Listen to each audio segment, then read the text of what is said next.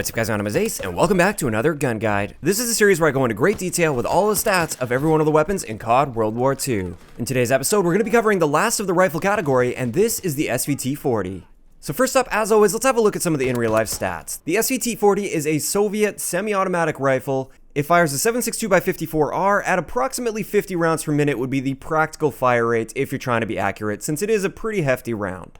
Getting into CoD World War II, we get a damage profile of 56, 52, 49, meaning it's always going to be a 2 to 3 shot kill in core game modes and always a 1 shot kill in hardcore game modes.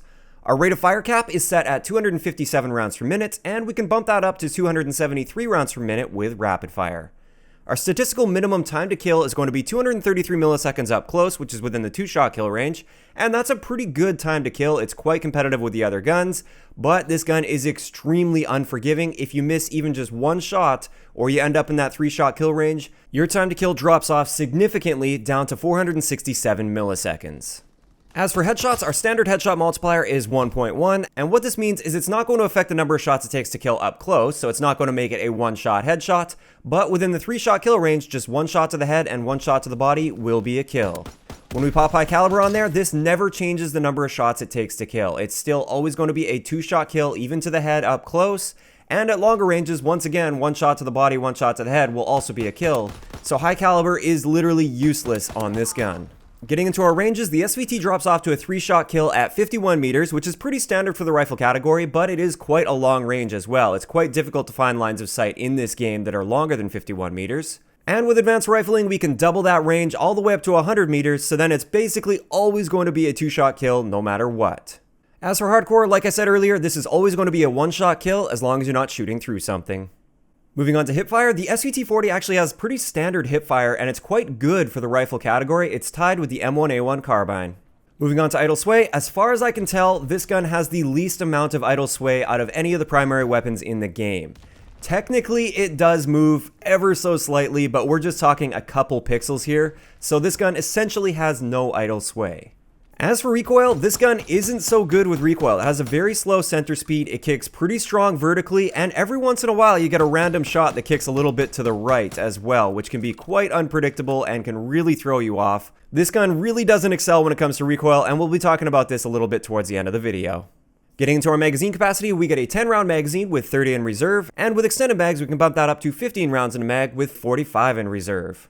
Our reload add time, which is the amount of time it takes to reload without any unnecessary animations at the end, is not so great, but it's also not the worst in the rifle category at 1.69 seconds. One thing to note with this is it doesn't really have much of a cancel time. Your reload add time is pretty much exactly the same as your actual reload animation time. Moving on to handling and mobility, our aim down sight time is 230 milliseconds, which is just a little bit faster than the average for the rifles. Most of the rifles aim down sight in 250 milliseconds. And our sprint out time follows suit. This is also 230 milliseconds, which is just slightly faster than average. As for our movement speed, this is standard for the rifle category at 95%, and our aim down sight strafe speed is also standard at 40%. Getting into my recommended attachments, first up, I don't normally run quick draw with this weapon, and the main reason for that is usually you're not going to be super aggressive anyway, so you should be kind of prepared for your enemy in the first place, and second, since it aims down sight faster than all of the other rifles already, it essentially has a free quick draw built in. As for the attachments I do like running, first off, I really like using an optic with this. There's nothing really wrong with the iron sights. They're not terrible iron sights by any means, although apparently with a few of the variants, the iron sights are actually misaligned slightly, and your bullet doesn't go where it should go, according to your iron sights. So I usually run a reflex sight when I'm using the SVT. Next is the grip. I don't normally recommend grip, but I did this same test with the M1 Ground. I'm going to show you here. The first test here on the left is going to be without grip, and on the right, I fire with grip. And as you can see, if you're just firing the first 2 shots, which is the ideal that you're aiming for in most of your gunfights, just quick 2 shots, it's noticeably tighter and noticeably more consistent if you have the grip attachment on there, so I highly recommend grip on the SVT. One other attachment that I absolutely love running on this gun, this is steady aim. It might sound really counterintuitive, but I found in a lot of situations this gun already has pretty decent hip fire, but if I pop steady aim on there, this is actually quite competitive if somebody rushes me with an SMG. A lot of times I'm able to just quickly get those 2 shots off, and I can do it quite accurately just by hip firing. And this has saved me in a ton of situations. So if you haven't tried steady aim out on the SVT-40 yet, I highly encourage you to do that, and I'm sure you'll find that it's going to help you in a lot of close quarter situations. Aside from that, the other attachment that I'd recommend would be extended mags. Getting into a couple example classes, the first one here is with the infantry division. This one has a reflex sight, extended mags, and steady aim, and our basic training is hunker. Our secondary is a 9mm SAP with extended mags, and our lethal is a sticky grenade. This is great for being a little bit aggressive. Of course, you do have an SVT-40, which is a bit better suited to hanging back and playing a bit more passively, but with that steady aim attachment, it allows us to be slightly more aggressive and not worry too much about ending up in a close quarter situation against enemies, and it does allow me to play the objective. Next up is a more traditional SVT class. This is also with infantry, but we swapped our basic training hunker out for lookout. This allows us to see those enemy name tags at longer ranges, and also just gives us more mini-map awareness by giving us a larger mini-map coverage. With this one, I'm actually using a 4x scope, and I also swapped that steady aim attachment out for the grip. This one is much more effective at picking those people off at slightly longer ranges, and I treat it more like a semi-auto sniper rifle than I would a rifle in this game. So there we have it. Those are all the stats, as well as the recommended class setups and attachments that I would recommend for the SVT-40.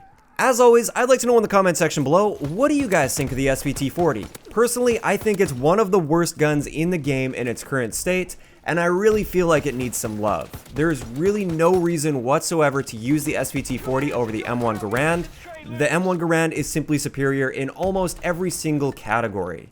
I would say the best way to fix the SVT-40, it would just be a relatively minor change, is increase the center speed. What this means is between each shot, it would allow your gun to recenter faster so you could get your second consecutive shot off accurately much quicker than before. This gun seems really counterintuitive to use because it seems like you should be backed off, you should be trying to pick people off at longer ranges, but the recoil isn't well suited to this. So you fire your first shot and then you're just completely off target if you're trying to challenge somebody at a longer range, or if you're trying to challenge somebody that's using cover, and you have to wait a really long time to get your second shot off, and it just doesn't really work out so well at all. So I feel this gun could be improved significantly and actually have a proper place in the game if all they did was increase that center speed by a noticeable amount. But of course, I'd like to know your opinions in the comment section below. If you enjoyed the video, a like rating is always appreciated, and don't forget to subscribe for more if you haven't already. I'll talk to you guys next time.